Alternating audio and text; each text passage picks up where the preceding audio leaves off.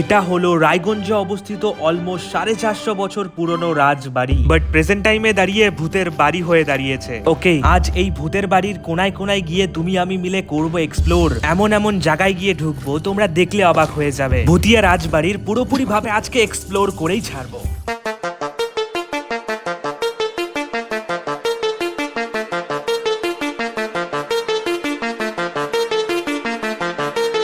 এই রাজবাড়ির কথা লোকাল লোকজনের কাছে জিজ্ঞেস করলে গায়ে কাটা দিয়ে ওঠে। তারা যেন এই রাজবাড়ি সম্পর্কে বলতেই চায় না, বিকজ আমাবস্যা পূর্ণিমা রাতে দিনের পর দিন কিছু ঘটনা ঘটে যায়। মাঝ রাতের দিকে যেন উটকো আওয়াজ, যেন বোবা মানুষ কান্না করছে।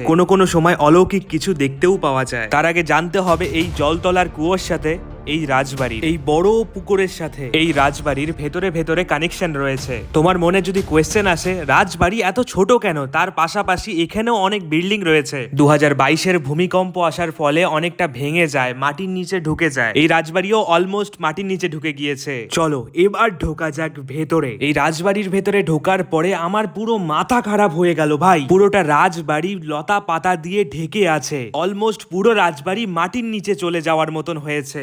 দুতলা এই রাজবাড়ি দেখে মনে হবে না বাইরের থেকে। ওপরের ছাদ ভেঙে মাটিতে মিশে গিয়েছে। ওপরের ছাদ, ফার্স্ট ফ্লোরের ছাদ কিছুই নেই। ওপরে পুরোপুরি ভাবে ফাঁকা আছে, শুধু বড় বড় কাঠের বাটাম। আগেকার যুগে লোহার রড এগুলো কিছুই ছিল না। কাঠের বাটামের উপরে আস্ত একটা ছাদ তৈরি হতো, সেগুলোরই স্মৃতি রয়ে আছে। পুরো বিল্ডিং ভেঙে যাওয়ার মতন পরিস্থিতিতে আছে। চলো এবার যাব এই বিল্ডিং এর 2 তলায়। সিঁড়িগুলো একদম ভেঙে গিয়েছে, মাটিতে মেশার মতন পরিস্থিতি। একদম চিকন রাস্তা, তার মাঝখান দিয়েই আমি যাচ্ছি। জাস্ট একবার প্লেসটা দেখো। পুরো রাজবাড়ি একদম জঙ্গলে ভর্তি, আশেপাশে সাপের বাসা বেঁধেছে। থেকে থেকে গা একদম কেঁপে উঠছে আমার। এই রাজবাড়িতে সিক্রেট অনেক জায়গা রয়েছে যেখান থেকে অনেক ধন দৌলত পেয়েছে এখানকার লোকাল মানুষেরা। জাস্ট একবার দেখো, দেখে মনে হচ্ছে আমরা 2 তলায় আছি, কতটা উঁচুতে আছি। এই রাজবাড়ি পুরোপুরি একদম গোলমাল পাকানো, তুমি বুঝতে পারবে না যে এখানে কোথায় কোন কোন রাস্তা রয়েছে। চলো এখান থেকে আমরা ফাটাকসে বেরোই, বিকজ এখানে অনেক সাপের বাসা রয়েছে।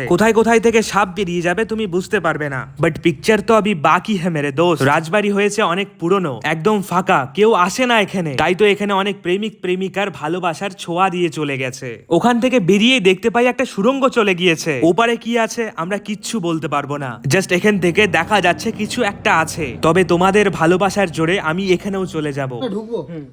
পাগল আছিস তুই? আরে ঢুকবো, এটার ভিতরে ঢুকতে বলছি। আরে ঢুকবো, ঢোক না।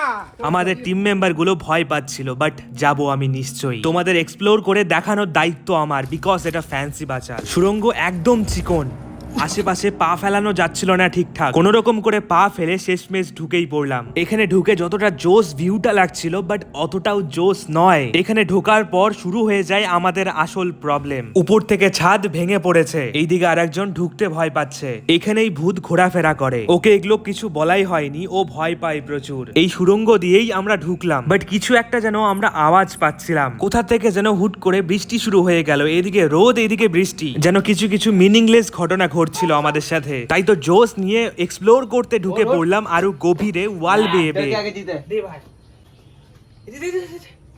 এদিকে আমরা সবাই ভয়ে ভয়ে আছি, বাট এইদিকে কিছুগুলো রোম্যান্স করতে ব্যস্ত। কেউ ভয়ে ভয়ে দিনকাল কাটাচ্ছে, কেউ রোম্যান্স করে। তোমাদের যদি আরেকটু রিস্ক নিয়ে দেখাই, তবে আমায় যেতে হবে আরেকটু রিস্ক নিয়ে সামনের দিকে। আমার সামনেই আছে সেই জানালা যেখান থেকে রাজবাড়ির পুরো ভিউ দেখা যায়। এখান থেকে দেখতে লাগছিল একদম জোস। সামনে সেই পুকুর, সামনে সেই ফরেস্ট, সেই বাঁশবাগান, সবকিছু দেখা যাচ্ছিল। বাট একবার পরিস্থিতি দেখো, সবকিছু ভেঙে গিয়েছে। এখান থেকে দেখো কতটা উঁচুতে উঠেছি আমি। এখান থেকে কি আমি লাভ দেব না দেব না সেটাই আমি ভাবছি। বাট এটা কি, দূর থেকে মনে হচ্ছিল এটা একটা সাপের মাথা, বাট আসলে তা নয়, এটা একটা গাছের ডাল।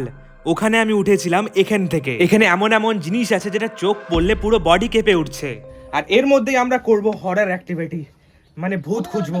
ভূত খোঁজার স্ক্যানার দিয়ে আমি খুঁজতে চলেছি এখানে ভূত। রেডারের মাধ্যমেই আমরা দেখবো সত্যি কি এখানে কোনো নেগেটিভ এনার্জি ঘোরাঘুরি করছে, যেটা আমার ফিল হচ্ছিল। কোনায় কোনায় রেডার নিয়ে গিয়ে দেখছিলাম, বাট এখান থেকে বেশি সিগন্যাল আসছিল। রেডারের সিগন্যাল একদম হাই হয়ে যাচ্ছে এখান থেকে।